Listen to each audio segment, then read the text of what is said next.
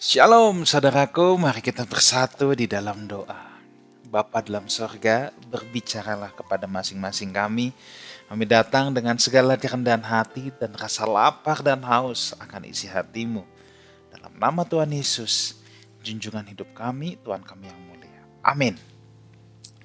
Saudaraku, apa kabar? Saya berdoa kita semua dalam keadaan baik-baik saja. Dan pada kesempatan ini, kita kembali di acara Bible Study kita, live study, sebab orang yang berhenti belajar, berhenti bertumbuh. Oke, kita akan meneruskan Injil Matius kita sekarang dari Matius 26 ya. Bagian 2 ini ayat 30 sampai ayat yang ke-46. 30 sampai 46. Dan saya akan mulai bacakan dulu dari ayat yang ke-30 sampai 35 dulu, saudara ya. Sesudah menyanyikan nyanyian pujian, pergilah Yesus dan murid-muridnya ke Bukit Zaitun. Maka berkatalah Yesus kepada mereka, malam ini kamu semua akan tergoncang imanmu karena aku. Sebab ada tertulis, aku akan membunuh gembala dan kawanan domba itu akan tercerai-berai. Akan tetapi sesudah aku bangkit, aku akan mendahului kamu ke Galilea. Petrus menjawabnya, biarpun mereka semua tergoncang imannya karena engkau, aku sekali-sekali tidak. Yesus ini sebelum ayam berkokok, engkau telah menyangkal aku 3 kali, kata Petrus kepadanya, sekalipun aku harus mati bersama-sama engkau, aku tidak akan menyangkal engkau. Semua murid pun yang lain berkata demikian. Oke, ayat yang ke-30 dulu, saudara ya. Sesudah menyanyikan nyanyian pujian, pergilah Yesus dan murid-muridnya ke Bukit Zaitun. Saudara, nyanyian pujian sesungguhnya adalah ekspresi orang percaya. Yesus pun menyanyikan nyanyian pujian. Ya, itu drill nyanyian. Betul saudaraku bahwa pujian sejati itu keluar dari hidup kita, dari hati kita. Ketika kita hidup menjadi terang, menjadi berkat, ada pujian yang keluar dari hati kita, dari hidup kita. Bukan hanya dari bibir. Yang bahaya adalah bibirnya bunyi, hidupnya tidak keluar nyanyiannya. Ya. Nah, tetapi ingat, kita harus balance nih. Saya ketemu ada orang kalau di gereja lagi puji-pujian dia diem aja. Ada kan yang seperti itu ya. Dia diem, mulutnya berat, pokoknya gak mau ikut nyanyi, gak mau ikut muji Tuhan. Nah, alangkah lebih baiknya saudara, kalau mulut kita bernyanyi, hidup kita juga bernyanyi. Jangan mulut kita nyanyi, hidupnya gak keluar. Hidupnya tidak memancarkan nyanyian itu. Dan jangan juga, yang penting hidup gue memancarkan. Semua orang nyanyi, gue diem. Saudara bisa bayangin kalau satu gereja kayak begitu semua, kasihan WL-nya. WL suruh nyanyi dia diem, semua diem. Sambil bilang, yang penting hidup gua nyanyi. Jadi kita seimbang aja saudara ya. Dan kita melihat di sini Yesus pun bernyanyi. Ini kan ekspresi saudara ya, ini kan ekspresi. Ya. Mungkin saudara bilang, tapi suara saya fals enggak apa-apa. Kan Tuhan melihat hati. Bukan melihat notasi kita. Tapi memang yang suaranya fals, buta nada, jangan jadi singer. Kalau jadi singer kan pakai mikrofon, ya. Tuhan melihat hati. Teman-temanmu, saudara-saudaramu, jemaat tetap dengar pakai kuping. Itu akan mengurangi keindahan. Tapi nggak apa-apa kalau memang saya pun bukan orang yang bisa nyanyi, saudara. Ya. Tapi kalau kita dianugerahi Tuhan, suara yang bagus, kita ngerti nada, ayo boleh dong jadi singer nyanyi, nggak apa-apa. Tapi kalau kita buta nada, nggak apa-apa juga. Kita nggak usah ikut jadi singer, tapi saat pujian kita tetap memuji Tuhan. Kan saudara, pujian di bangku juga nggak pakai mic. Ya, jadi Tuhan betul-betul mendengar hati saudara. Sementara Tuhan melihat hati, jemaat yang lain tidak terganggu, begitu. Tapi yang paling penting hidup kita memancarkan nyanyian pujian, mulut kita juga dong. Itu ekspresi. Makanya gini, puji-pujian di gereja adalah ekspresi 7 kali 24 jam hidup kita. Ketika kita bilang, datanglah ke baitnya dengan hati bersyukur. Nah, seharusnya dari Senin sampai Sabtu, hidup kita itu memancarkan ucapan syukur itu. Dan ketika kita nyanyi, datanglah ke baitnya dengan hati bersyukur. Itu betul-betul ekspresi hidup kita 7 kali 24 jam. Jangan datanglah ke baitnya dengan hati bersyukur.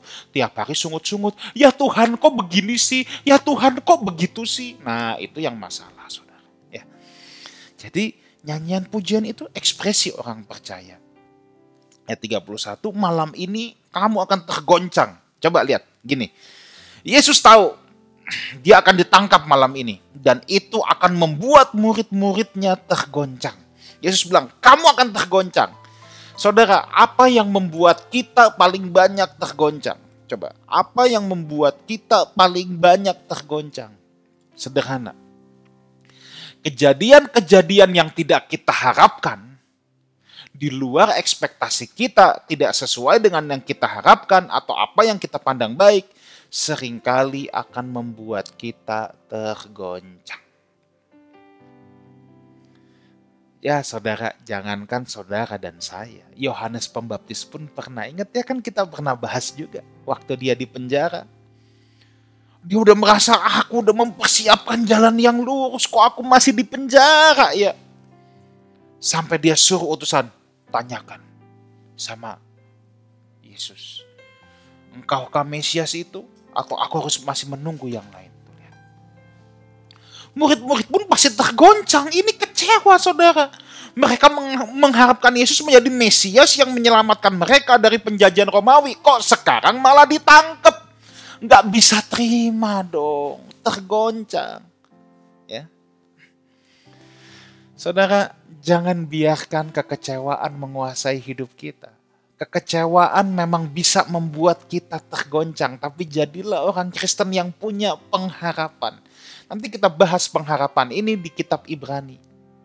Pengharapan itu kata kitab Ibrani, sauh yang kuat bagi jiwa yang dilabuhkan sampai ke belakang tabir. Tahu sauh itu jangkar pesawat. Jangkar diturunkan untuk menghadapi ombak yang besar. Jangkar memang tidak kelihatan. Ombak besar adalah sesuatu yang tidak di-expect. Siapa sih yang mau berlayar kalau tahu nanti pasti ada ombak besar yang bisa mencelakakan? Tapi kalau toh itu terjadi, turunkan jangkar supaya kapal tetap bisa bertahan. Artinya apa? Kekecewaan, hal-hal yang tidak kita harapkan bisa datang kepada hidup kita. Dan yang bisa membuat kita bertahan adalah pengharapan di dalam Yesus Kristus Tuhan. Jangan biarkan kekecewaan menguasai kita. Tapi biarlah pengharapan yang menguasai hidup kita. Saya teruskan. Ayat 32.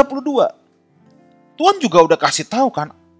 Tetapi sesudah aku bangkit, aku akan mendahului kamu ke Galilea. Ini pengharapannya. Tuhan tahu nih ada hal yang akan menggoncangkan. Tapi Tuhan langsung kasih pengharapannya loh. Aku akan bangkit. Aku akan mendahului kamu ke Galilea. Bahkan udah dikasih tahu kemana ia akan pergi setelah ia bangkit. Ya, makanya saudara, orang kecewa kenapa? Hati dan pikirannya dikalahkan oleh keinginannya. Yang dia expect tidak terjadi, kemudian kecewa. Tapi sekarang kita belajar. Hati dan pikiran kita harus ditaklukkan kepada pengharapan di dalam Tuhan Yesus. Itu loh, ini luar biasa. Tuhan kasih tahu ya. Kamu bisa goncang nih. Aku akan ditangkap. Tapi aku kasih tahu ya. Tuhan kasih pengharapannya. Aku bangkit. Aku tunggu kamu di Galilea. Hebat gak coba? Tuhan kasih pengharapannya. Hal-hal yang tidak kita inginkan selamanya pasti terjadi dalam hidup kita. Saya ulang lagi. Pasti terjadi dalam hidup kita. Tapi pilihan kita adalah kita mau tambatkan pada kekecewaan atau kita tambatkan pada pengharapan dalam Tuhan. Saya ajak kita semua, tambatkan hati pikiranmu kepada pengharapan dalam Tuhan. Ya. Nah, ini ayat 33 34. Saudara, Petrus ini memang selalu ngomong duluan, saudara ya. Dia bacot paling gede memang. Tapi dia lumayan juga loh sebetulnya ya. Waktu ada ketemu Yesus jalan di atas air, Petrus bilang, aku terjun. Murid-murid nggak ada yang berani loh. Petrus berani loh melangkah walaupun akhirnya tenggelam. Ya ini orang ada plusnya juga saudara ya. Biarpun bacotnya paling gede saudara, at least dia berani melangkah ya. Tapi di sini kita harus belajar ini, yuk kita sinkronkan yuk apa yang kita bicara dan yang kita lakukan ya. Jadi ayat 34 kan Tuhan bilang, aku berkata kepadamu ya, sesungguhnya malam ini sebelum ayam berkokok 3 kali, kamu juga udah menyangkal aku 3 kali. Ini bahasa sehari-harinya pet-pet. Kalau Tuhan panggilnya Petrus, pet-pet, udah lu jangan banyak bacot. Buktikan saja. Gitu saudara ya. Jadi kita nggak usah banyak bacot deh, buktikan saja, berkarya saja, bekerja saja. Saya senang sama presiden kita yang sekarang ya. Saya bukan lagi kampanye politik saudara ya. Tapi semboyannya kerja. Ya udah nggak usah banyak bacot. Biarlah karya kita yang berbicara. Nah itu ya. Tapi semangatnya memang kita patut acungi jempol ya. Petrus bilang ayat 35, sekalipun aku harus mati bersama-sama engkau, aku nggak akan menyangkal engkau. Wah semangat. Dan dia membakar murid-murid yang lain. Sampai yang bilang semua murid yang lain pun berkata demikian.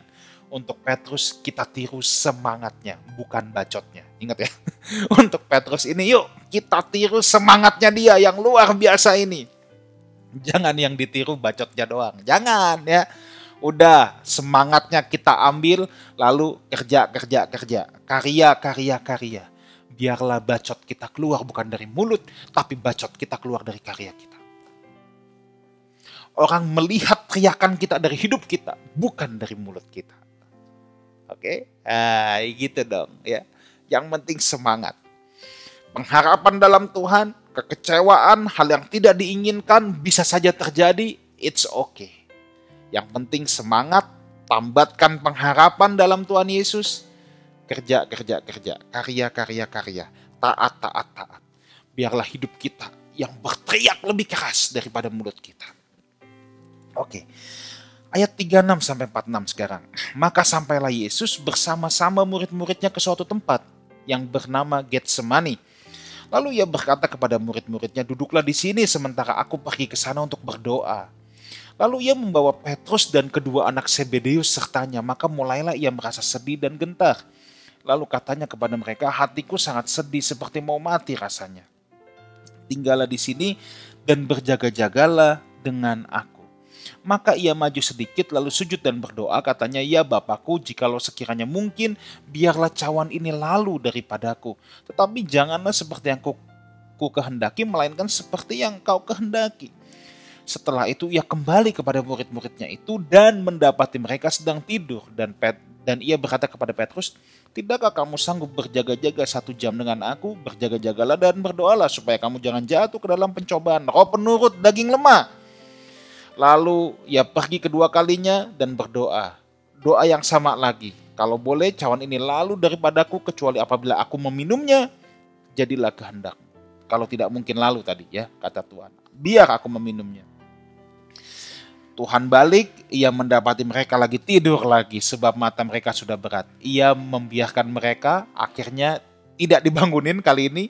Berdoa untuk ketiga kalinya, mengucapkan doa yang itu juga. Sesudah ia datang melihat murid-muridnya dan berkata kepada mereka, tidurlah sekarang dan istirahatlah. Lihat, saatnya sudah tiba bahwa anak manusia diserahkan ke tangan orang-orang berdosa. Bangunlah, marilah kita pergi, dia yang menyerahkan aku sudah dekat. Di sini ada beberapa bagian secara cepat yang saya mau ajak saudara lihat. Kalau saudara lihat di ayat 36-37, kenapa Tuhan hanya bawa Petrus, anak-anak Zebedeus itu Yohanes dan Yakobus.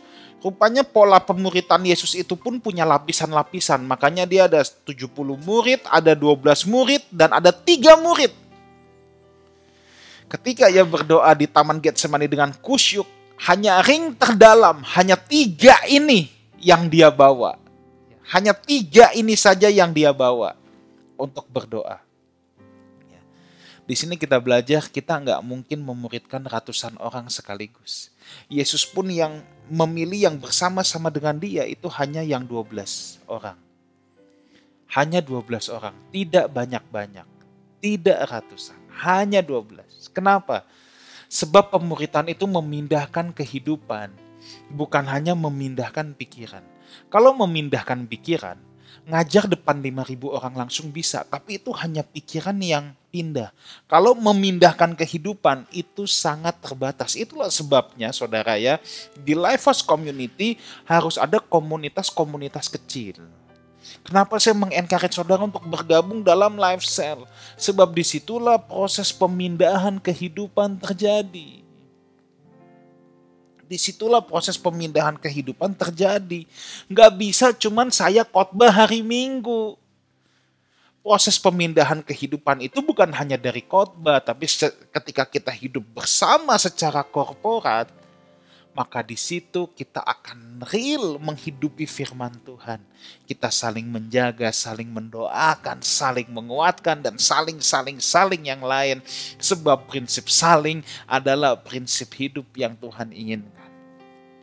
Oke, pemuritan membutuhkan pemindahan kehidupan. Di sini saudaraku ya, Yesus sedih dan gentar. Ini menunjukkan kemanusiaan Yesus. Memang dia manusia biasa. Seperti mau mati rasanya itu bukan ungkapan mau bunuh diri, saudara ya. Kalau manusia frustasi, gue mati aja deh.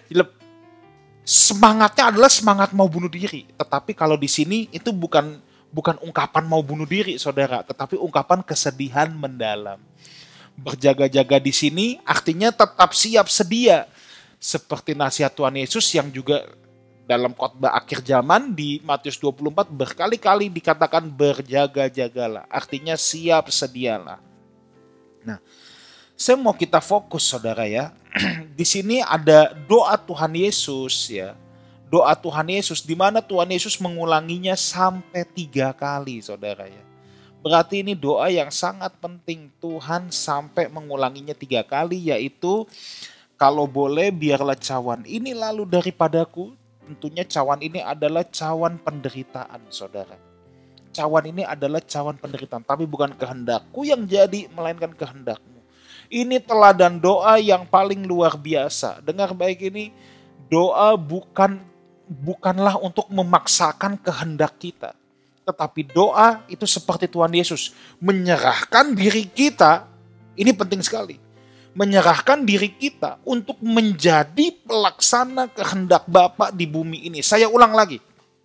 Doa itu bukan untuk memaksa Tuhan melakukan apa yang kita inginkan. Tetapi doa adalah menyerahkan diri kita supaya kita menjadi pelaksana kehendak Bapa di bumi ini. Inilah doa yang powerful yang diteladankan oleh Tuhan Yesus. Dia menyerah pada kehendak Bapa, artinya ya, dia berserah kepada pengaturan Bapa. Saudara, berserah dengan menyerah itu beda, saudara ya.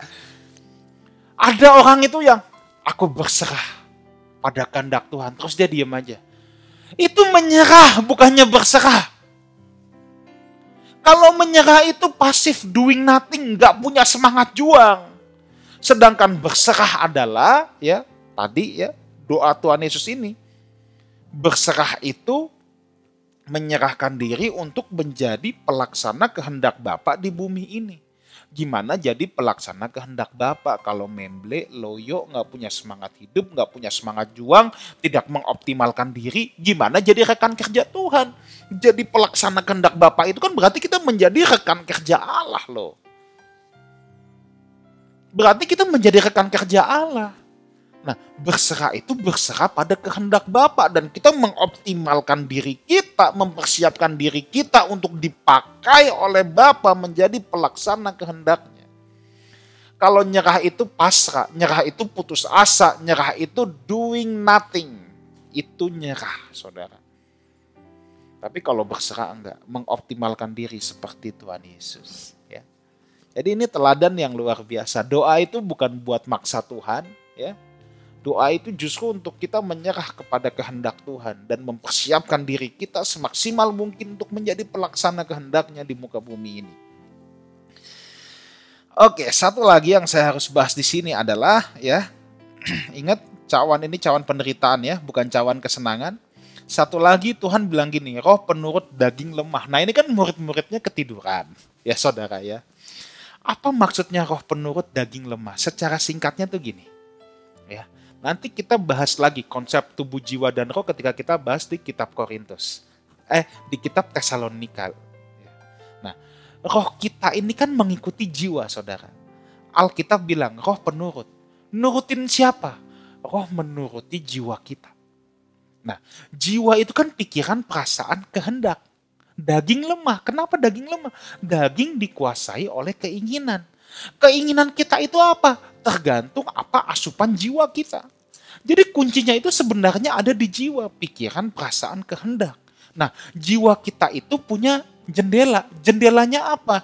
Jendelanya adalah mata dan telinga. Itulah jendela jiwa kita. Apa yang kita lihat, apa yang kita dengar, itu akan menyerap. Roh itu menuruti aja. Jadi gini, apa yang kita lihat, apa yang kita dengar akan menjadi keinginan. Roh itu akan penurut. Kalau jiwa kita asupannya yang masuk dari jendela hal-hal yang tidak sesuai dengan kehendak Tuhan, itu kan sama dengan daging kita sedang dikasih makan. Kita itu harusnya menyangkal diri. Menyangkal diri itu artinya menyalipkan daging. Nah, ketika asupan-asupan yang buruk ini masuk, yang tidak sesuai dengan kebenaran firman Tuhan, daging kita dikasih makan. Daging kita dikasih makan, ini jadi monster, saudara. Ketika dia jadi monster, roh itu ikutin aja. Nah, itu. Tapi kalau jiwa kita asupannya benar, apa yang kita lihat, apa yang kita dengar baik, ya, apa yang kita lihat, apa yang kita dengar baik, daging kita ini nggak dikasih makan, kita akan berhasil yang namanya menyangkal diri. Nah, roh akan menuruti. Karena asupannya kuat, manusia hidup bukan dari roti saja, tetapi oleh setiap firman yang keluar dari mulut Allah, rohnya jadi kuat. Jadi kuncinya ada di jiwa kita. Nah, itu maksudnya ya. Itu maksudnya. Nanti kita bahas lebih detail ketika kita membahas 1 Tesalonika ya. Maka kalau jiwa kita kuat, daging dapat ditaklukkan dan roh kita akan jadi kuat juga ya.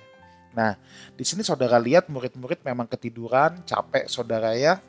Saya itu pernah ikut doa semalam suntuk. Zaman saya masih muda, setiap bulan sekali saya ikut Ibu Pendeta Dora Kansil. Beliau pendoa syafaat yang sangat luar biasa. Saya sangat mengagumi, menghormati beliau. Saya ingat banget saudara kalau udah doa, namanya doa semalam suntuk ya. Saya lihat itu satu gedung yang gak suntuk cuma dia doang. Jadi kalau doa semalaman, pemain keyboard sampai ganti bisa 2-3 orang. Karena teler udah kagak kuat. Tapi dia bener-bener dari awal sampai akhir dia bisa berdoa. Kalau kita tuh biasa ya, kalau doa semalam suntuk gitu kan kita biasa mulai jam 10. Selesainya tuh jam 5 pas matahari sunrise. Itu biasanya kalau udah jam 1 malam itu sisa suntuknya doang saudara ya.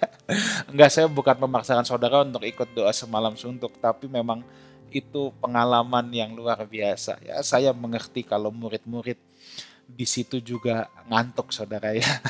Oke, dan di sini yang bagian terakhir ayat ke-46 ya. Bangunlah, marilah kita pergi. Dia yang menyerahkan aku sudah dekat. Pergi di sini bukan pengecut saudara ya. Nanti kita bahas minggu depan. Justru Yesus bukan orang yang lari dari kenyataan, tapi Yesus mendatangi Yudas. Ya. Yesus tidak pernah lari dari kenyataan. Dia tahu akan ada hal berat terjadi, tapi dia tidak lari daripada itu. Kiranya kebenaran hari ini menguatkan kita semua. Tuhan Yesus memberkati, mari kita berdoa. Bapa dalam surga, materaikan apa yang menjadi kebenaran firman-Mu dalam setiap hati anak-anak-Mu. Kami mau menyerahkan diri kami untuk menjadi pelaksana kehendak-Mu, menjadi rekan kerja-Mu di dalam ladang-Mu di dunia ini. Terima kasih Bapa. Dalam Dalam nama Tuhan Yesus kami berdoa. Amin. Saudaraku, jangan lupa subscribe YouTube channel Lifehouse Community, live streaming ibadah kita jam 9, dan juga Lifehouse Music. Di sana ada praise and worship yang memberkati kita semua.